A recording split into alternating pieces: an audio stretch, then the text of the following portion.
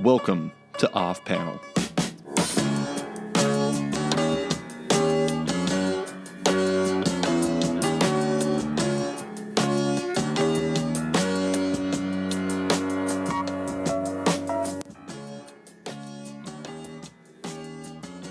Yo everybody, welcome to Off Panel. I'm your host, David Harper, and this week's guest is the cartoonist behind the webcomic Space Mullet, as well as the upcoming series Extremity at Skybound. It's Daniel Warren Johnson. Thanks for coming on, Daniel. Hey, thanks for having me, David. So I want to talk to you about a lot of different things involving your work because, as I've tweeted and you've seen, I've become a quick super fan of Space Mullet in the process of preparing for this. But because, this is a big week for you, I want to start with Extremity. This podcast is going to run 2 days before the first issue drops. I'm always curious about this. How are you feeling? Are you nervous, excited, kind of every emotion simultaneously, or where are you at right now? That's a really good question. I would say I'm mostly excited. I'm a little nervous as to, what the population's going to think of Extremity. Sure. Of course I want people to like it. A lot of my friends that I really trust have read it and said that they really love it, which is really great because, it's my artistic peers and my close friends and family that, their opinions are what means the most to me. But, I want the general comic book reader to enjoy it. But and this, my wife definitely helped me through this process. But before I even thought about the book coming out, I definitely had to get into a mindset of, working hard enough on the book and putting all I had into it, which I did, and just letting it be what it is and being proud of it. Whether it is, whether it's got like a 0.5 on the comic book roundup or wherever, and whether, people say that they hate it on the message boards, I needed to come to a place of peace with it. And I feel like I did that. So I feel relatively calm. Of course, I'm really excited that it's coming out finally, but I've been working on it for such a long time that it almost feels like it's already out there. It's just that nobody's reading it. So it's good, but I'm really excited. I wouldn't say that I'm nervous per se, because I do, and I hope this doesn't come off as hoity-toity, but I feel confident. I feel confident in the story. I feel confident in my art, and even if people don't like it, I'm gonna try my damnedest to be really proud of it and hold my head up high. So that is what it is, but. Yeah, no, honestly, I think it's a really interesting thing for creators to see these things drop because, on one hand, I'm looking at it and I'm like, oh, this book was just announced in December, right? And it's basically this new thing. And you're like, I've been working on this for forever. I remember last year, do you know the cartoonist Faith Erin Hicks? Yep. Yeah, so she did a comic last year, The Nameless City, and it was published. And I remember, she tweeted something like, she keeps getting waves of people talking about it because, first off, the people in the publishing world saw it, and then the people in the review world saw it because they started having net galleys go out and everything like that. And then more people saw it in the review world, and then finally it was released. And at that point, she's like, I kind of feel like it's been released 3 times already. So it's kind of a funny thing. It's there's this delayed reaction where at a certain point you're just like, I'm kind of over it. I'm just waiting for it to be dropped. Yeah. I don't know if because I'm still super excited, and there have been a few people who've reached out to say how much they love it. But I'm really excited, and I'm really looking forward to people being able to have it in their hands. So yeah. Well, for those that don't know, I figured I should actually walk through what the book's actually about, and feel free to correct me if you don't feel like my intro is good enough. Extremity is about a girl named Thea and her clan who are on a mission for revenge after some very bad people killed her mother, took her hand, and were generally jerks. Does that seem roughly accurate? Yes, took her drawing hand. Very important note. That's the only thing that I would add. But yes, yes. I know you've answered this question a billion times already, but I wanted to ask. That's okay. How did this book come together, and why was this the next big story you wanted to tackle yourself? Fully writing and drawing it after Space Mullet. Yeah. Yeah, so I definitely was starting to concept this story out in my brain as I was working on Space Mullet, and I love working on Space Mullet, and I love putting my all into Space Mullet as well. But um, one of the reasons that I started Space Mullet was just to get better at drawing comics and Sure. telling stories and writing and character development and you know backgrounds and like perspective drawing. Um, I basically created Space Mullet to be like a canvas that I could freely make mistakes on Hmm. and try new things and try new techniques and trying digital, inking, trying traditional inking, and the whole 9 yards. And not only that, but I also, especially with the title is so silly and kind of tongue in cheek, and yeah, it was kind of like something that I could kind of always hide behind. Hmm. Um, so if someone didn't like it, I'd be like, I could always say like, "Oh, it's the title of Space Mode. Like, what did you expect?" you know, it almost like treating it like it was low art anyway. So why Sure. would anybody even like it? But I would cater my response to like people were like, "I love Space Mode. I think it's awesome." And I'm like, "Well, thank you very much. I was trying to trick people by naming it something silly." And so Extremity would be like I knew as I was working on Space Mode, I was like, I know I could knew the tone, and I knew playing it safe makes it sound so negative, but it was my first project, and I'm just trying new things, and I wanna provide myself like a stable foundation I can just build on and not be worried about kind of what the general population will think about it. Hmm. Yeah, so I knew that my next project, whatever it was that after Space Mullet, or whatever the next thing was, would be something that I could take a little more seriously and Hmm. that I could approach more seriously, and to not have a curtain that I can hide behind. Um, so where if people really don't like Extremity, there can be like really valid reasons because I don't really feel like I'm making a huge statement with Extremity, but I do feel like I'm saying something about the world more so than maybe Space Mullet is. Sure. Um, or maybe taking more of a like, oh well, this is what this book is about. I'm not sure if that makes sense. It's just easier for me to hide that in Space Mullet because of the title, because of the presentation. Yeah. I can't do that as well with Extremity. So that was my first initial like push of Hmm. I want to do a new story, but I want it to be something that I'm going to kind of put myself out there a little bit. Sure. Yeah, and I think one of the interesting things is like I have to admit I am totally the low art reader who is all about just being entertained and all the stuff like that. But if I wanted to, I could look at Extremity as like a story of revenge and asking questions of the cost of violence and like how Yes. all those different things. But it's interesting because it works both on that high level and the low level, at least for myself. And it's kind of funny because I always feel more disingenuous when I'm writing questions about like, tell me about the cost of violence and how that theme impacted you, Daniel. I wanted to actually ask about like the development of the book. We talked about this a little bit before we started talking on the recording. I actually had Skybound editor Sean Mackwitz on the show a while back, and he talked about how far out they plan projects. So I was Yes. curious, how long has Extremity been in the works, either at Skybound or just kind of in your mind? In my mind, at least 3 years, probably more. Mm-hmm. Maybe more like three and a half.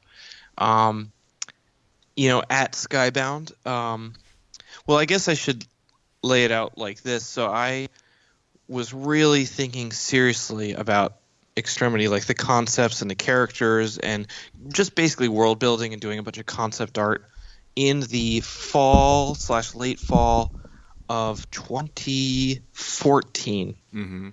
And then I was working on Ghost Fleet at the time Mm-hmm. with Dark Horse Comics with Donny Cates that I was having a blast on, but I knew that I just recently gotten word that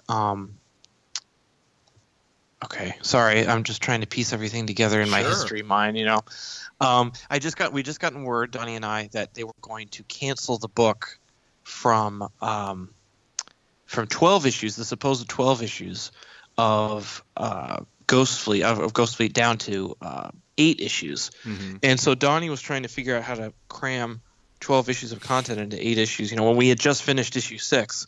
And I knew that things were starting to come to a close and I was still working on it. was working on issue 7 and 8 at around that time, and I knew that, okay, this steady gig that I thought was going to last for a lot longer is now wrapping up. Sure.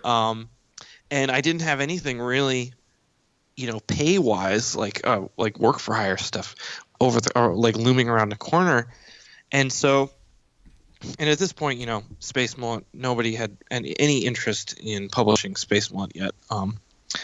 And I was trying to figure out what was next. And so basically I had this world of Extremity, and I was like, you know what, screw it. I'm going to, in my spare time, while I'm not drawing Space Mullet, I'm not drawing Space Mullet, or I'm not drawing Ghost Fleet, I'm going to just do 8 pages and put all I have into it and just do the first 8 pages of this story, whatever it is. Mm-hmm. And those turned out to be the first 8 pages of Extremity that I brought with me to Emerald City in early 2015. Mm-hmm. And that's when Skybound got interested, when I talked to them there. And from there on, it was kind of one thing after another. So it's funny because I thought, there's probably no chance ever that anybody would want to publish this story, but just in case, maybe I'll do it as another webcomic, or I'll put it online for free, or I also was asking Dark Horse if they were interested, and I was thinking about a number of directions, and it wasn't until Skybound really talked to me seriously that I was like, okay, this could work. Mm-hmm. Yeah. And then from middle of 2015, I've been working on Extremity. That's amazing. With Skybound. Yeah. It's funny, like I said earlier, myself as a reader, we don't think about the runway it takes to get up to that, but it's a hell of a process, and it is. I remember when I had Sean on my podcast, and I was talking to him about how long out these projects go, and he was saying, it's like, oh, it can be years. I'm like, what? That seems bonkers to me.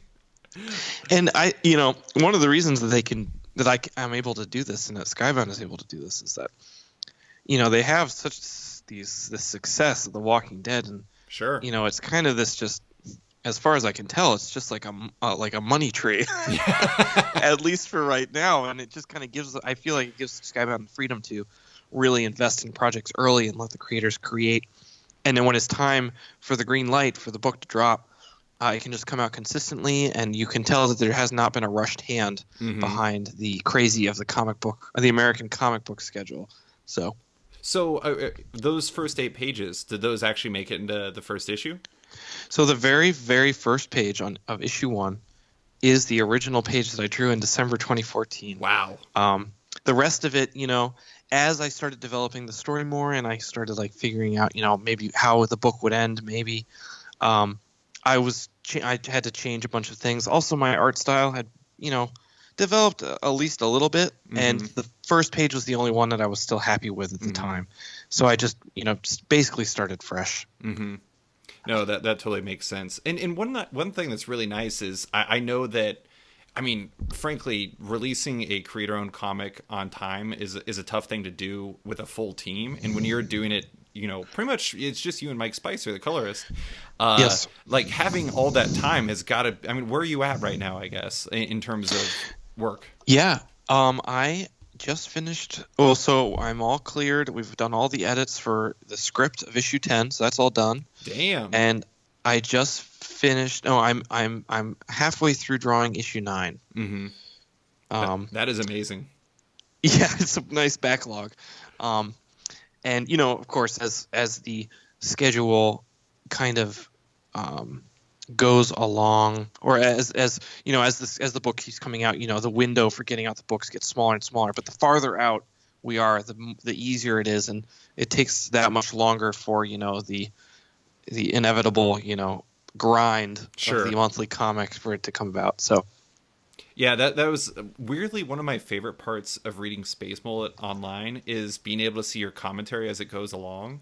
And and I know, sometimes life comes up, and having 9 issues in the can, at some level is a pretty great place to be to start with. I'm sure if we talked in about a year and a half, we'd be like, 9 issues wasn't enough. But at the same time, it's a really pretty incredible start. And that is one other thing that's really nice is I always talk to retailers, and they're always like, they like to know that a comic's going to come out on time. I'm sure that makes Skybound's job a lot easier when it comes to talking to retailers. Be like, this one's already got 8 complete issues. That's amazing. Yes, and I think one of the other ways that they did that is they sent retailers issues 1 and 2, which I think helped a little too. Didn't you make an ash can too? Yes, Skybound made an ash can that I think went to every comic shop. I think every comic shop in the United States got one. That's awesome. Of issue 1. It's a black and white little mini ash can, and it looks awesome. Mm-hmm. I never thought I'd get to see it, printed in that format, especially in black and white. But yeah, it was really cool to look at. Skybound sent me a bunch. I'm very happy with how it turned out. That's super cool. So I wanted to ask about the world of the book because it's kind of like ours. I mean, in a very general sense, except for really broken, far in the future, and it has some super wacky gravity problems. But I have some theories as to like some of your influences when it comes to world building, because the first things I wrote down were Miyazaki and Akira. Very specifically because there was like the motorcycle turn. I saw that and I was like, oh my god, it's Akira. Not in a bad way. It works incredibly well, but I just noticed it. As a storyteller, is the world building of doing the roto and all of like where the oh god, I forgot the name of the bad guys, the Paznina. Paznina, yeah, the Paznina and the higher planes and everything like that. Is the world building a big part of your interest in projects like this? And beyond that, what do you turn to when you're developing that part of a project? I really do love it. I have to say, I start with characters and their motivations first, and figure out kind of what the emotional beats are to the story, and then I take those emotional beats and those characters that fit within those beats, mm-hmm. and I figure out a world that's going to cater to the best to those characters and to that story. Sure. Because I had a bunch of ideas. I still have a bunch of ideas of different characters and different stories that may have not made it into Extremity just because they don't fit into that world, or they didn't fit into the narrative of just how the world looks and how it feels, and just mm-hmm. the visual the visual grandness of the thing. Sure. But Thea and her father Jerome, and Rollo, her brother, those characters were created first, and I was like, where would these people fit the best? Mm-hmm. And it was this world in Extremity. And I left the world nameless on purpose. mm-hmm. It doesn't really have a name. It's just kind of a different place. Could be the Earth in the future. Could be another planet. I purposely left that kind of be out there for people to decide what they wanted. And it was really fun, but like world building is so hard. It takes so much time. Yeah. And figuring out like economy and like how, not just how like philosophically and like religiously and all of like the brainy things of different cultures and how they interact with each other in a comic or in a story, mm-hmm. but how they look different, and how to not like repeat myself visually again and again and again, and try and make something that isn't so like over rendered or overdrawn, mm-hmm.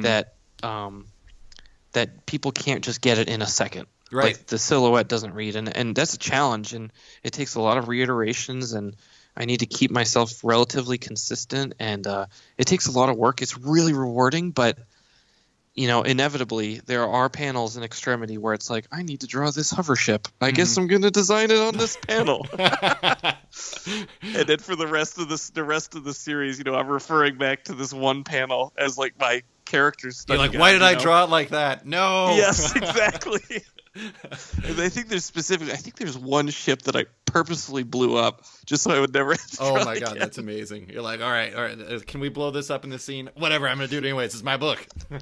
Yeah. I got to give you a lot of credit. One of the things, and I talked about this recently on a podcast.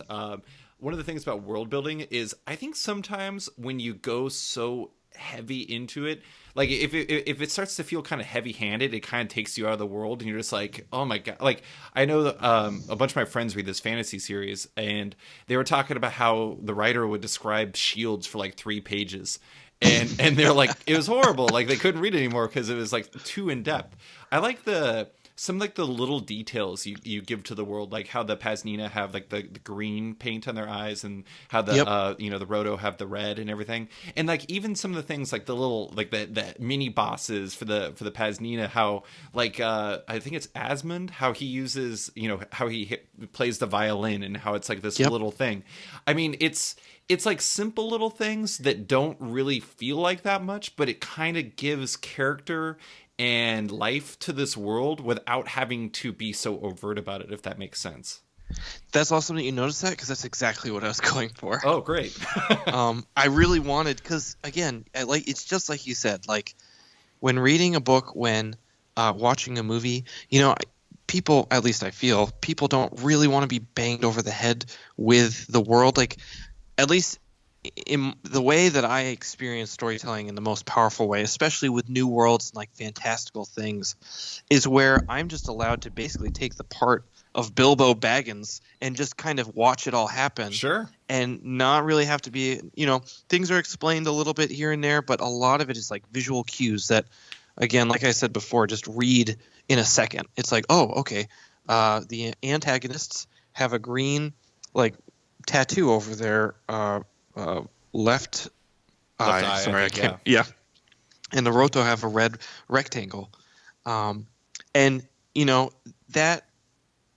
At first, when I first thought of that idea, I was worried that it might be cheap, and but I don't think it is, because it's just a really easy way, and also fits into the whole narrative of the book of us versus them. Mm-hmm. So especially, and then again, these characters, their story, what kind of world can I build to help build up that story? Mm-hmm. Yeah, one thing that comes to mind, and I know you're a fan of this because I've been reading Space Mold and the comments and everything like that. It's like Firefly. Firefly is a great example of a world you just Oh get yeah. dropped into, and you just kind of it feels lived in without having to like explain too much. And I Yep. think I just think fiction works better that way. And will give you this credit, Daniel. It was very successful in the first couple issues. Thanks, man. That means a lot. I definitely sweated over that. I really worked very hard on that, many a sleepless night, but that really means a lot. Thank you. So I wanted to talk about the characters because, like you said, characters first. And Yeah, let's do it. I don't want to get too in depth because I don't want to spoil anything. But I want to Sure. start with Thea. She's obviously an essential part of the book because she's the main character. And there was one part of me that at first was like, of course, an artist makes an artist the hero. But Thea's passion for art, isn't just an interest. It's one of the core drivers of the entire story. I'm curious, like, how essential was it to find something, deeper and more personal to drive her to make this revenge story, more different than ones that have happened in the past? Because there's been so many revenge stories. It Yes. feels personal in a very unique way. So, also another awesome question. Wow. Okay. I gotta okay, kind of think. So for a while, before I had even pitched it to Skybound, I was trying to piece together the narrative of the story and at least block out enough of it so I could work on those first 8 pages just to get some visuals down. Sure. And what was happening is that Extremity was turning into a very kind of uninspired revenge story, coming from another straight white male creator, that didn't really have any sort of like personal slant. It just kind of was there just to be there. And so it wasn't really until I sat down, and this is after many nights of thinking about this and many red lights, traffic stops, and just thinking and thinking and thinking, and not obsessing really, because I didn't have the time. I was working on other projects, but just it's in the back of my head. And it wasn't until I really asked myself, like, what is something, like, if I had somebody do something to me, like, what would be that thing that would push me to the limit, that would change who I am as a person and call into question everything that I believe in? If I lost my drawing hand, I would, that's who I am as a person. I feel like that really heavily defines me, and my personhood. And I've now, if you'll watch me play basketball, you'll want to cut your eyes out. I've never been a sports guy. I've never been one of those dudes, but I can play the guitar really well, and I love doing that. I'm in a band, and of course, I drawing, and I don't just draw comics. I draw for. I mean, like when I can draw people thank you notes. When I get a nice Christmas gift, like it's just part of me, and it's something that I share with the world that I feel is like really positive. And when something like that positive is taken away, and I'm left without that skill, like, but I'm still here in this world. Like, what happened to me? Mm-hmm. And that's when everything changed in Extremity, and I really felt like things started to click. And it wasn't until, like, again, putting myself out there, like having a story with really cool bikes and monsters, but also having a story that people could look at and take a little more seriously than like Space Mullet. Mm-hmm. That it really, like, then it really started to come together, and it started to become a story that I felt confident in telling, at least relatively confident. I was still, of course, very nervous about putting it together and making something that's a little heavier, but it was that because I knew everything. Like I was thinking about drawing out the pages, those 8 pages in December, and like in October, I came up with the losing the artist hand in about October. And I wanted to draw the pages before then, but it was like, why would I even do them? Because I know that the story doesn't work. Mm-hmm. So it was like coming up with that concept and that emotional core and beat and drive was the thing that gave me the confidence and the decision, the drive to be like, okay, I'm going to carve out time to draw 8 extra pages in the middle of my busy schedule Mm-hmm. and make them really good and do my best on them. Mm-hmm. And so one thing, led to another, and then I had the 8 pages done, and it was something that I was proud of. So, but it took a long time to get there, and it took me being really honest with myself, and Yeah. Yeah. It's a That very long answer to your question. No, But, no, it's perfect. I mean, and actually, like, that's one of the things. One of the things I love the most about the book is my favorite character so far is Rollo. I love Rollo. Oh, He's yeah. he's a really interesting character, and it's fascinating based off of what you were just saying about how when Thea was faced with losing what was most important to her, she what happens. I don't think it's a spoiler to say that revenge leads to violence, and like when she doesn't have that, violence can take place. But Rollo still has what means the most to him, and he's like an extremely gifted character who is gifted in a way that isn't typically of value to their clan, and it really, Yes. I love them as a mirror to each other. It makes they're very fascinating, and I also like that you kind of flip the gender roles to a degree. Yeah. What made that relationship something you wanted to explore? Because I'm trying to imagine the book without Rollo, and it would be a completely different book, even if Thea is the most important part of it. It's really true. It's so funny, like, because from the very beginning, Rollo was such like a central character of the book. Like I've never even thought about the possibility of Rollo not existing. Yeah. So it's fascinating that you bring that up. But you know, when doing a story about like violence and revenge and identity, and there's it comes with like a lot of baggage, and I really felt like again, me, I have parents that love me. I grew up in a beautiful home. Like I never wanted for anything. And now I live in Chicago, and I have a job, and I have a wonderful wife. And, I've been through hardships, but nothing to the degree of, what happens in Extremity. And Right. I feel like there are times, not all the time, and whenever I do feel like this, my wife, is like, pick yourself up out of the gutter. But there are times when I feel like I don't have the authority to tell this story. Mm-hmm. And I know I think I can say that that's not true because it's so personal to me, and I'm like, it's like a self-examination. Mm-hmm. But basically, it's like Rollo is basically me. Like, Mm-hmm. I'm kind of addressing the audience, or at least I'm writing myself very heavily into Rollo, Mm-hmm. because I know that if I was in that world, that I would be just like Rollo. I wouldn't really want to pick up a weapon, and I wouldn't be okay with the things that happen in the book. And he's just a very like real reflection of who I am. Mm-hmm. And there are scenes in the book where Rollo is acting in a way that I feel like a lot of us as a developed country, Mm-hmm. Or it would act in a scenario, but that doesn't necessarily mean that fits. Like he's almost like a person out of time. Like Right. he doesn't belong in that world, and he's viewed negatively by his clan for it. Yeah. And I wanted to make sure that I had that viewpoint, and to put him in a position of weakness, Mm-hmm. and acknowledge his naivete. Yeah. And so that's kind of where that's kind of I'm using him as a balancing agent for the story, and that's not how he originated, or he was just going to be a character that filled that role of just a brother character. But as he developed, weirdly enough, as I started designing the way he looked, everything just pointed to him being a different kind of character that kind of goes against the grain. Mm-hmm.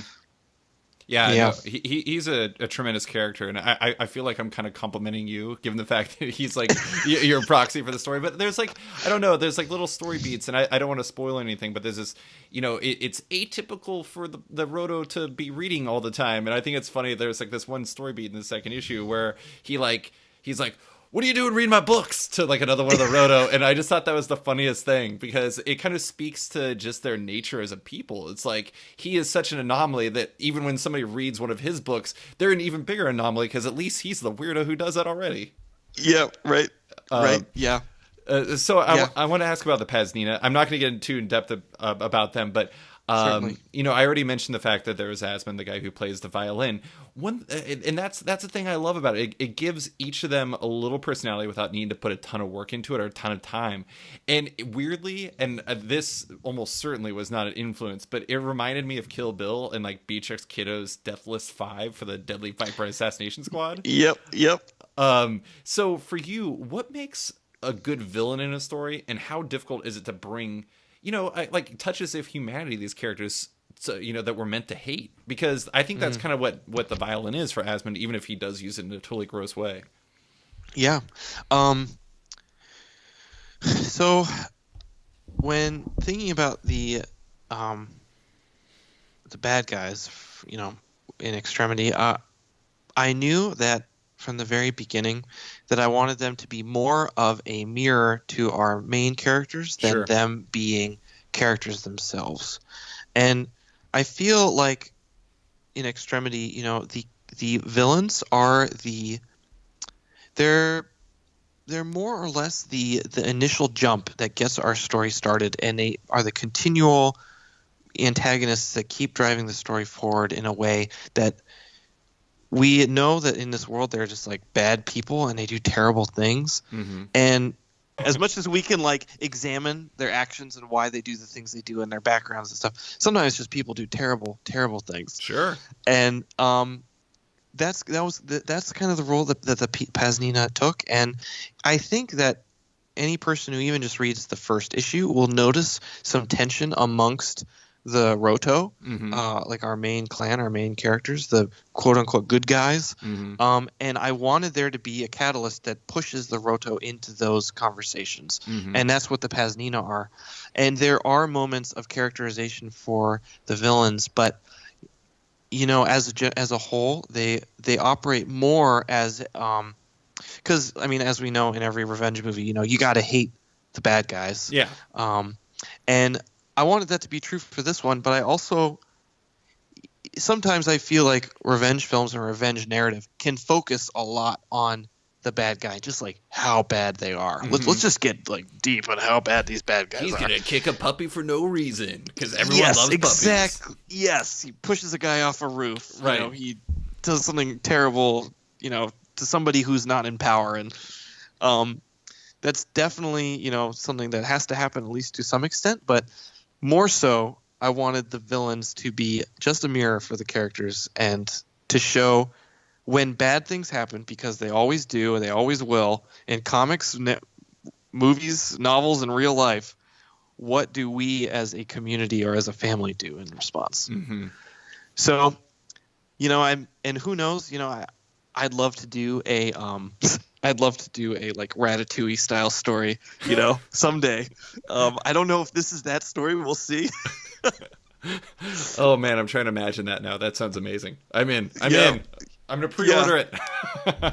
Um, yeah. Yeah, no, I think it comes through, and it's they're very interesting characters, and I think it's really fascinating. I keep wanting to like go these directions, but I don't want to spoil too much. But it is going back to the theme of revenge and like the cost of violence and everything like that. It is fascinating how they kind of, in their own way, in the beginning, feel like they're right for doing what they're doing. Like they had an action that reasons to themselves that they can do what they're doing. That what they're doing isn't a dick move, so to speak. Yep. It's Yep. For sure. it's very fascinating. But so I want to ask a few questions about how you work. And Yeah. again, I keep bringing up Space Mole and reading the comments for that. I know that in that process, you kind of went back and forth on digital art for inking. When it comes to Extremity, how do you work both art wise and for the scripting process? Like, how much of the story do you figure out on the page, and how much do you figure out, actually in the script?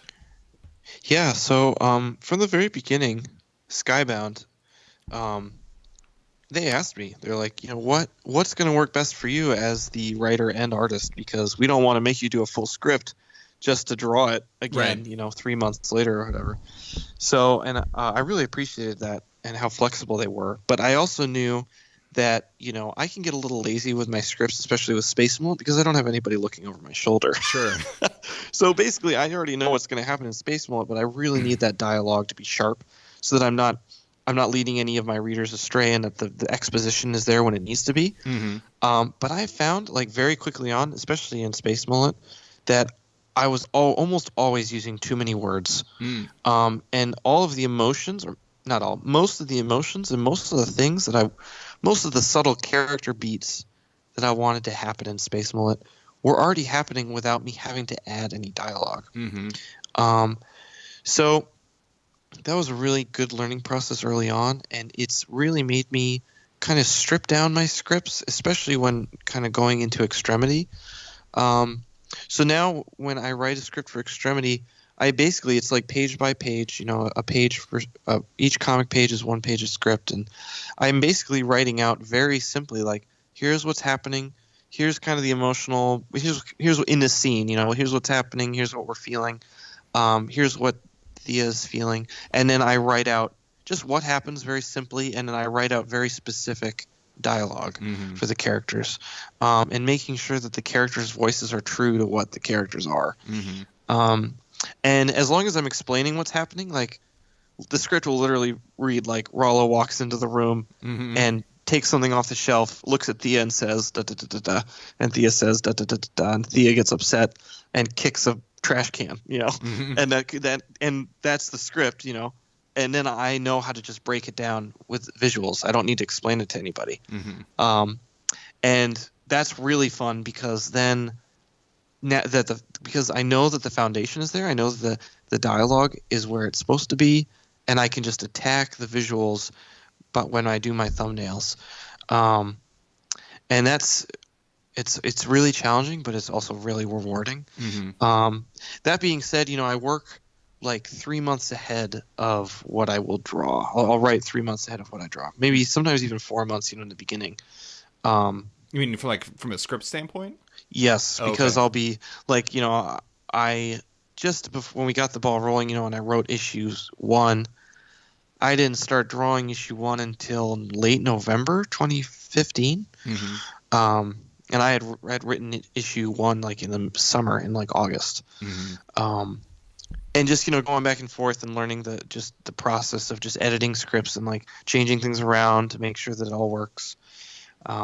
So when I actually get to actually drawing and laying out the story, 90% of the time it works great and the process is quite smooth. But I remember specifically issue 6, I had written it and I thought it was strong, but then I started laying it out and I started thumbnailing it out, and it wasn't working at all. Mm-hmm. And it's funny, I do feel like my characters do speak to me as I write them, but they also speak to me as I draw them, Mm-hmm. if that makes sense. So Totally. the scenes and the characters and the things they were doing in the script, as I was thumbnailing them out, I'm like, this doesn't work at all. This is terrible. And it was like 2 miserable days of me trying to make it through the thumbnails of issue 6 until finally at the end of day 2, I emailed Skybound. I was like, guys, I'm going to rewrite the entirety of issue 6. Just please give me a day, and I'll send it to you, and I think it's going to be a lot better. I don't even know if I emailed them. I think I just scrapped the whole thing and told them about it later because it was not working at all. And I'm so glad I did that, because now issue 6 is my favorite issue that I've ever written or I've ever drawn in my life as of yet. And it's because I took the time to like listen to the characters and listen to the pacing and say, okay, this isn't working, reassess, and like reattack it in a way visually, strictly visually, because I was kind of like, I was looking at the script, I'm thumbnailing each page out, it's not working, and I'm like, okay, I just need to kind of riff. And I just kind of thumbnailed a bunch of pages with no script at all, being like, what are these characters going to do? How is this going to work visually? And I was like, okay, I think I got it now. I went back to the script, wrote it all out, came back with fresh eyes, and got it done in a day, the thumbnails. But I guess I should say that usually it's very uniform in how you'd normally think, but every once in a while something needs to change or flex. And thankfully, because I am the artist as well, I'm able to do that. And that's one of the things that I feel is really strong about Extremity, that I feel like I can like kind of highlight to people who might be thinking about reading it or getting into it, is that you're getting my like my singular vision, and I can push and pull and bend the story however I need to, because I'm in control of every part of the process. And I think that's something that I love reading when I look at other writer artists, and I think that's something that really is a part of what makes comics really special. Yeah, and I think it's interesting how what you just said kind of flies in the face of the way that a lot of people think comics are made. Like, obviously it's different when you're doing it yourself, and there's not the quote-unquote assembly line mentality to it. But it's like, art, the writing can influence the art, and the art can influence the writing. And if you're the same person, it's impossible for both of them to not influence each other. And that's a pretty amazing experience that you went through and redid the entire script because of the way that the thumbnails were going. And it makes total sense. Sometimes those things just don't work. And I'm sure, as an artist first, probably the last thing you want is a complete issue that just doesn't work visually and, fitting those characters too. It's true. And, that's why there's another reason why I'm so thankful we started so early and, pushed the release date back, because, that is just, more time that I was able to put towards making this story as good as it could be. So are you working digitally, traditionally, a mix of both? Yeah. So all my thumbnails are all digital, just because I can, free transform anything that I draw, and it's very easy to map things out very quickly and try new things. But when it comes to the actual like pen and ink work, it's strictly traditional. I pencil and ink on the same page, and it's something that actually I really love still. I tried maybe like 2 or 3 pages of traditional and Space Mole, and I just didn't like it enough. It just got a little too. It was faster, but it felt sterile. It felt sterile to me, not in the sense of the end product, but just how the working process. So now I only work traditionally, and I love it. It's so much fun. You posted something earlier on Twitter that was it was under more Extremity arts, and it looks like I don't know if it's one of those like covers that Image is putting into that blind box thing, but it's really cool. Like I like how you see like kind of the more tight ink work you're doing, but also the brush work you're doing in there is so cool. It brings so much character to like the page, and I don't know. I mean, I love seeing stuff like that. And traditional seems to, I'm just not saying universally, but for the right person, it can bring a lot of character out on the page that you wouldn't be able to do it digitally. That's really true, and I think one of the biggest challenges for any artist going digital is carrying over that like thumbprint that so naturally happens when you work traditionally. Sure. Because I feel like I can really read artists' DNA really well when I see their traditional work, and when an artist can carry that over digital, I think it takes a lot of work and a lot of searching to find it and tweaking. But which is a challenge. It's one of the reasons I have not gone digital as well, is just because I don't want to I'm not willing to put that time in. Right. to find who I am as a digital artist and make it look like my traditional work. And also with traditional stuff, like it's so easy to just on the fly, just be like, you know what, I haven't inked with a micron in a while, and like just add some little flourishes, with a micron. And I still love inking with a brush, and I do it all the time. But every once in a while, I really want like a certain line to just cut really harshly. Yeah. And I'm just giving myself the freedom to do that. I used to get very obsessive with, especially when I was trying to get better during Space Mullet. It was getting to the point where I wasn't really able to sleep at night because I didn't feel like anything was good enough. So I've been trying to loosen up a lot, and I feel like I've done that pretty well with Extremity. And knowing that Extremity is going to be on comic book stands, and like, oh, it has to be perfect. And my wife's like, come to dinner, stop drawing.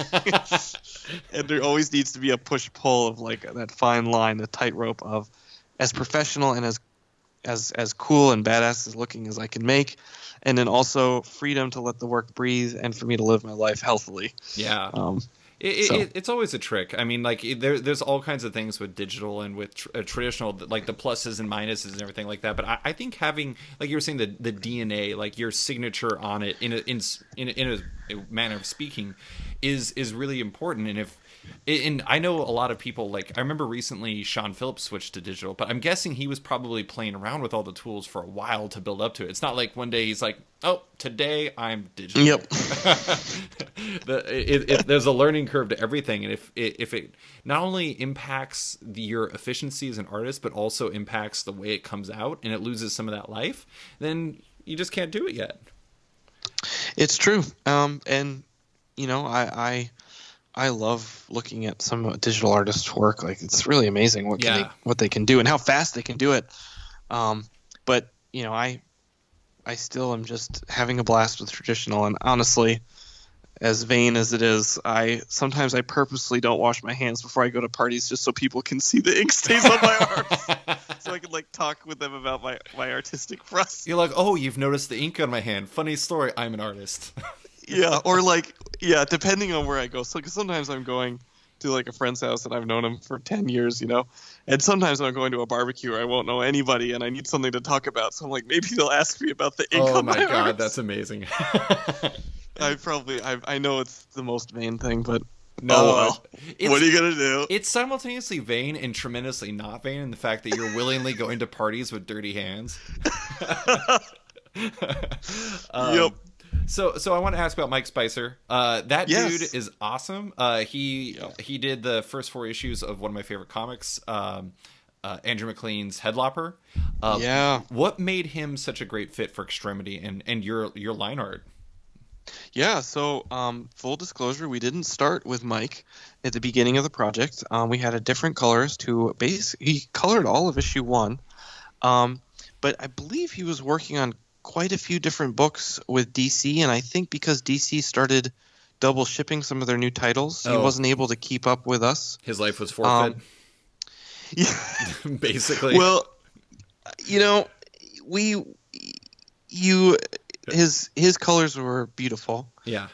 They were really great, but it was becoming pretty clear that it wasn't something that he had time for, and you can kind of see those warning signs, and so we decided we said we asked him and he said I don't think I have time for it, so we switched over to looking for a new colorist. Kind of went back to the drawing board, and actually another artist friend of mine, Brian Level, he mentioned Mike Spicer to me. We because we chat every day on Skype, and me and Brian, and he's like, hey, have you looked at this guy Mike? And I was like, oh wow, this stuff is actually pretty awesome. And one of the things that I really liked about his art is that he's colored a bunch of different people, and he seemed to really cater his style to the lines that he was coloring. And I was kind of looking for, Brian was finding examples of people who looked at least a little bit like my style. Sure. And one of the things that I really liked is that he was doing like a lot of flats, and he wasn't trying to push the art into a place where you don't need a lot of rendering, or you really don't need that light source. It's representational, or there's a mood there that colors over the lines and really rests there and really brings it to life in a way that doesn't detract. And I got really excited, and I asked Sky about it, and I said, okay, let's try him out. And he tried out on like the first few pages, and we were like, "This is great, we're in." And he's been awesome. He's been so great, and 50% of the time he colors something in a fresh and new way that I wasn't even thinking about, but totally works. And the other 50%, he's just looking into my brain and seeing what I want, which is really awesome. And another thing that he's doing that I didn't ask him to do at all, he is coloring because I do a lot of speed lines in my work, and he's coloring my speed lines like red and yellow, like in the background of them, which is a lot like the way that Steve Oliff colored Otomo's Akira comics when they came to the States for the first time. And it just gets me really excited. Because like I wish I could say like, "Hey, Mike, do this thing that Steve Oliff did," but no, he did that all on his own, and it's a great addition. Oh, that's and awesome. He's really bringing a great flavor to the book that would not be there otherwise.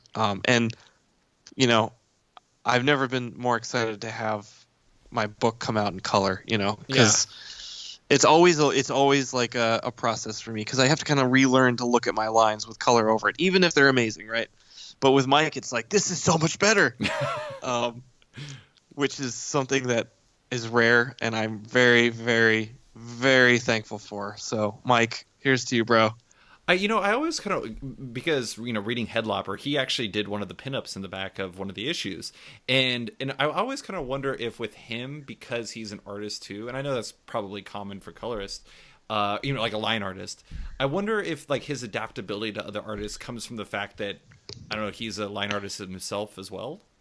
I don't know. Yeah, it definitely helps when like even just like someone who is more experienced than me in like drawing, it helps just in like little subtle things like where a cheekbone might rest. Sure. And just kind of following that line, maybe if you do a cut on some extreme lighting, it just makes everything flow a lot better. So it just makes him that much more versatile and that much more that much more, oh man, like what's the opposite of expendable? Like, you know what I'm saying? Essential. Like, thank you. There we go. Words.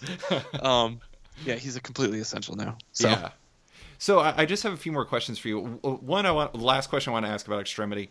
I just have to, this is more of just like an opportunity for you to give a shout out, both to yourself and to the person you worked with on this. I remember when I first saw the cover of Extremity, I was like, I love covers, but I really like logo design, and Extremity's logo is so badass. It's amazing. So that, like I said, that thing is just like a straight work of art. Where did that come from, and who did you work with on that design again? Yeah, so Skybound asked me if I wanted to do the logo, or if they wanted me to do it, and I said, why don't you let me give it a shot and see what you guys think. And so I made a logo, and it was a little bit, it was still really brushy and rough. It looks a lot like what you see now. And then I sent it over, and then their head designer, Andres, who's very talented, he took what I drew, and he riffed on it. And we had a few different styles. So we had some more like boxy kind of angular stuff. We had one that was a little more modern. And then he also had one that was very heavily influenced by my brushy kind of, my brushy take on the logo, and it looked really good. I just wanted it to be a little rougher. Like I wanted it to be a little more brushy, because it was pretty apparent like that he had done it in Photoshop, and all of the information was there and the flair was there too, but I just wanted a little more grit. And so what I actually ended up doing is I printed out his like Photoshop version on a piece of paper, and I light boxed it, and I inked over it in my kind of brushy style over his letters, and scanned that in, and we used that. And so it's basically like a combo, kind of going back and forth with Skybound's designer, Andres. I believe his last name is Andres Juarez. I could be wrong. I hope. Oh, geez. No, let me get this right, because I'm going to feel terrible. I'm gonna look he it just up. sent me in. Yes, Andres Juarez. He's their head designer, and so we basically went back and forth together on it. And I got to give him credit, because he not only did he work really hard on delivering me as many options as possible, but he was also totally okay with me kind of like taking his idea and like riffing on it one more time. Mm-hmm. So shout out to Andres. Yeah, it's awesome. I remember seeing that. It's funny how you have this amazing cover with beautiful art, and I'm just like, look at those letters. It's funny. I actually I bought a Sumi brush specifically just for the logo. Mm-hmm. I like went out to Blick that day. I was like, I'm buying this for one thing and one thing only. That's amazing. It cost me like $15. It worked. Like, okay, it worked. It doesn't matter. That is at least a $15 logo, Daniel. I'm going to move off entirely from Extremity. I wanted to ask about commissions because you are so awesome at commissions. It is like ridiculous. Thanks, like a while back, you did this Aliens one where I was just like, I basically passed out when I was looking at it because I love Aliens and it was just such incredible work. So there's all kinds of different approaches you can take on commissions if you're an artist, and I know a lot of times, I mean, it's a lot of work in of itself. It's like, I don't know, you're trying to fit that in and around your other jobs and everything like that. But the thing I really love about yours is you really go balls to the wall, as balls to the wall as anyone I've ever seen. You tell stories in there. It's like the Darth Vader one you had. It isn't just like Darth Vader standing and being cool. It's like him wrecking shit, and it's awesome. So why is it that what makes commissions something you kind of feel like you have to go all out for? The main reason is that I have people from all ends of the spectrum who kind of come to me for commissions, and Felix is an amazing rep, and he really knows the market well. He knows the original comic book art market really well, and he has of course he's got people who follow him and kind of his artists who are very they're very wealthy, and he also has artists who are they like paying for commission. That's like a really big deal. That might be like some of the biggest purchase they might make that year. Wait, really quick. Whichever year. Really quick, Go ahead. I just want to say, you're talking about Felix from Felix Comic Art. Yes, Felix. Sorry, yep. I figured I would just throw that in there. And I always want to make sure I get this right because I know reps and dealers are different. He's a rep technically, right? He is. Yeah. He is. He's my original art rep. All of my original art goes to him. He scans it. He puts it on the website. And then all of my commissions also go through him. So people email him. They tell him what they want from me, and he is kind of the middleman. He takes the money. He holds it up in the little Felix cloud, and I don't see anything until I finish the commission. So he's an essential part of kind of what I do, and he mails everything out 2-day priority with insurance. It's awesome. He's a great rep. Mm-hmm. But so anyway, he has people from all ends of the financial spectrum coming to him for commissions for me, and I know, like, it's like a lot of money, or relatively a lot of money to get like a commission. Whatever. I know finances, people get weird about it, but whatever. I'm just going to talk about it anyway. It's a lot of money, and like people work really hard for that money, and for me to like, it's very flattering that people want art from me. It's like I feel like if you're going to spend money on me, I better give you something that you can hang on your wall proudly. Sure. Or at the very least, even if, maybe you don't like it, you can't say that I didn't work my ass off. Yeah. Yeah. Because it's such an honor to be able to like draw people cool things like freaking Darth Vader for money. Like that's amazing. And I never want to be like flippant or callous about it. I really want to try not to be. I'm trying to approach it in a way that it's like every commission is like an opportunity rather than, oh God, another commission. Mm-hmm. And sometimes, as we're getting closer to a big show, it does get that way just because I'm so busy. But I really try and approach every piece with like okay, this is going to an individual. They care about my art enough that they're willing to pay their heart, like, put down their hard-earned money. I had better deliver on my end. Mm-hmm. And it's awesome. Like it doesn't happen all the time, but when I like work hard at a commission and like I get to give it back to people and I like see the look on their face, it's really rewarding. It's Yeah. really cool. I was going to mention Um, that because like that's one of the cool things about cons is you get to give that more often than not you get to give that person their commission, and you get to see them like I last year I got this one from Leila Del Duca, who's the artist of nice. Shutter on Yep.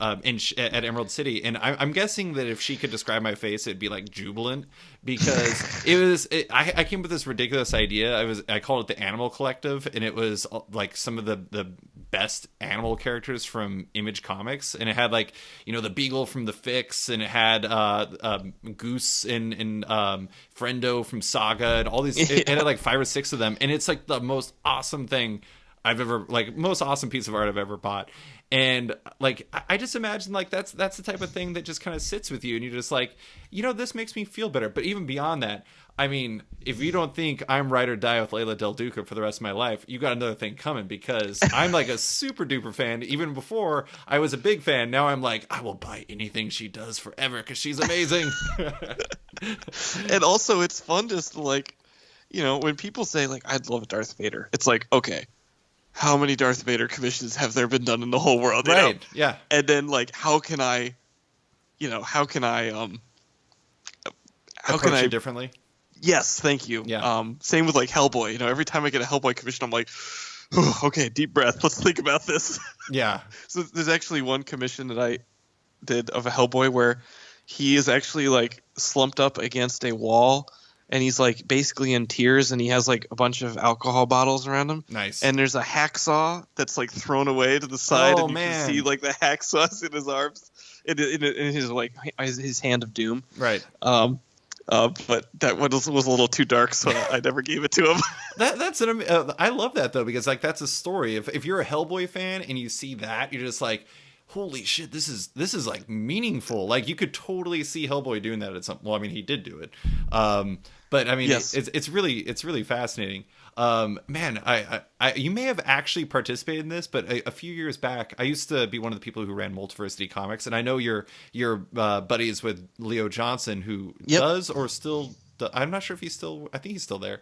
But anyways, we did like a 30 days of Hellboy to celebrate the 20th anniversary.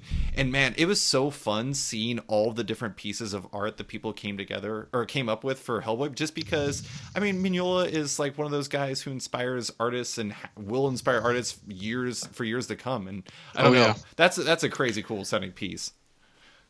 Well, it's something that if somebody asks for a Hellboy piece again, I'm gonna try it again and see if I can make it work a little better.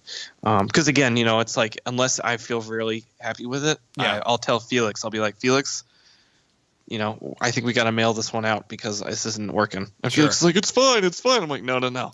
I know. It's like it's all or nothing. That's what I really liked that when I was reading Space Mole and seeing, like, you would talk about how you didn't like the page, so you completely redid it the night before, and that's why it's late.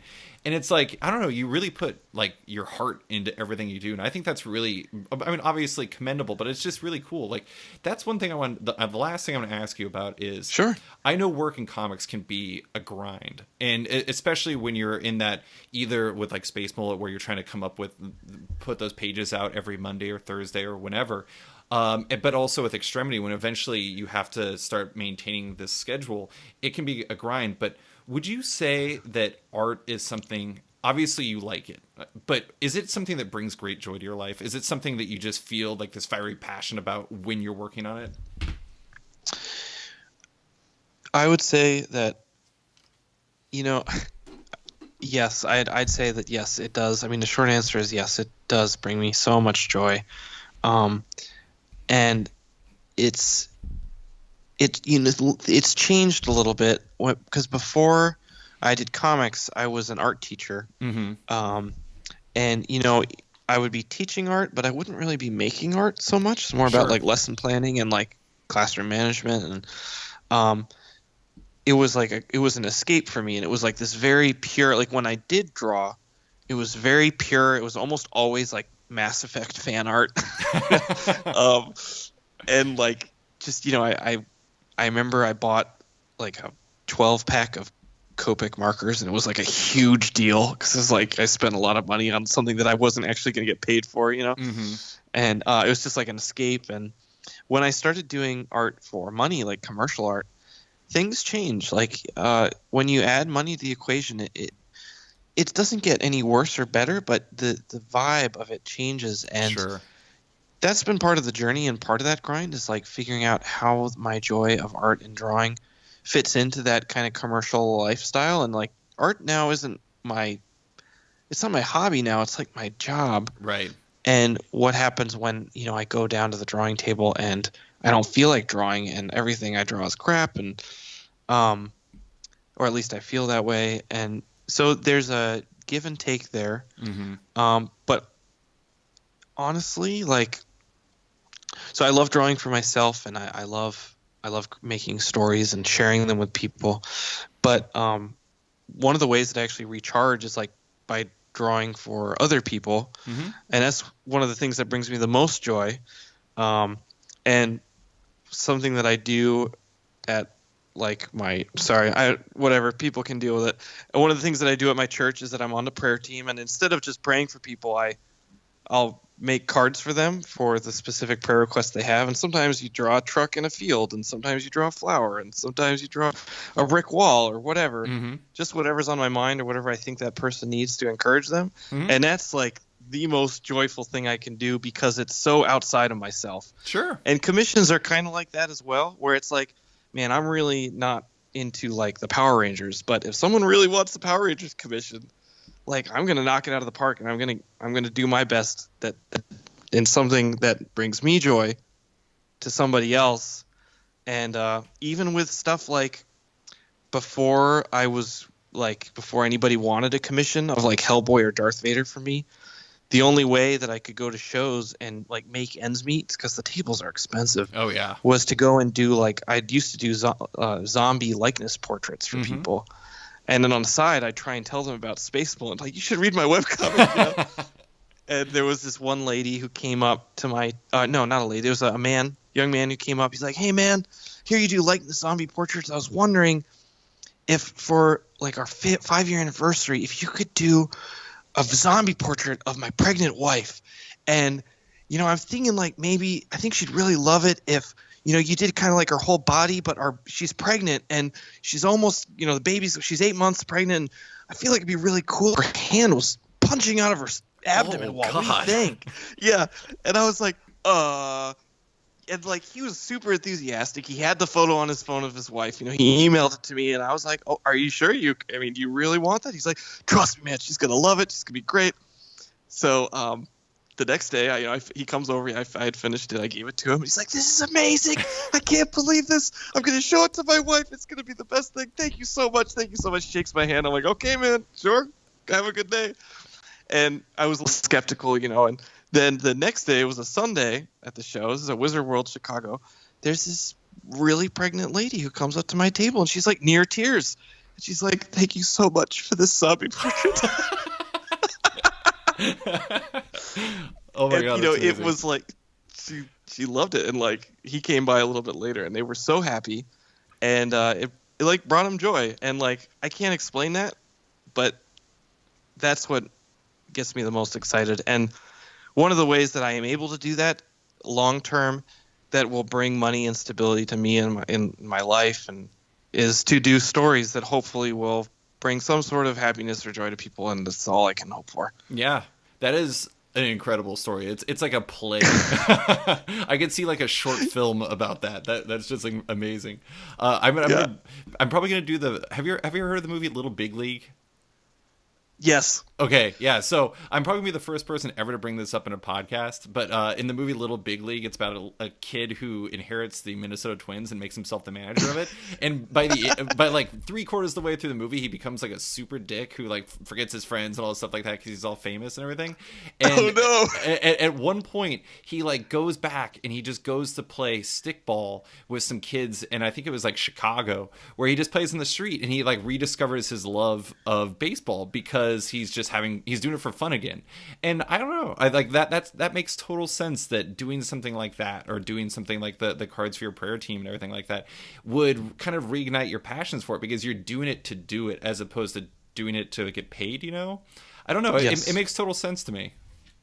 Yeah, and don't get me wrong, there are days where it is like a nightmare scenario at the drawing board and everything's bad, but usually when that happens, that means that I need to step away and remove myself from that grind at least for a day. Sure. And sometimes that means I'm a day late on a deadline, but if that's what it's going to take to keep me in the industry and healthy, that's fine. Editors beware. Yeah, well, and to do your best work. I mean, if you're, I know sometimes you have to do work when you're not inspired, but Yes. you always want to have like the best mindset, because that brings out the best work that you're capable of. And I don't know, it's I think we're seeing it on Extremity. And thank you so much for coming on to talk. This has been a blast. Oh, dude. Thanks so much. I love the show. It's a real honor to be on it. Thanks for taking the time to talk with me, and thanks for asking such awesome questions. Oh, no problem, man. Thank you for dealing with me asking a question that involves little big leagues somehow. So that was definitely a first for me. Thanks for listening to this week's episode of Off Panel with cartoonist Daniel Warren Johnson. You can find Daniel on Twitter at DanielWarrenArt, on his website at DanielWarrenArt.com, his webcomic Space Mullet at space-mullet.com, and his new comic Extremity at comic shops this Wednesday from Skybound. Don't forget to like the show on Facebook at /sketched, that's SKTCHD, follow it on Twitter at @sketchcomic, or follow me at @slicefriedgold. Want more from Off Panel? Subscribe on iTunes or Stitcher, and give the show a rating or review while you're at it. A quick thanks to the band Wolfpack, whose excellent track Outro from their album Volmilch opens and closes the show now. Give them a listen, as they're totally rad. Thanks for listening, and tune in next week for another episode.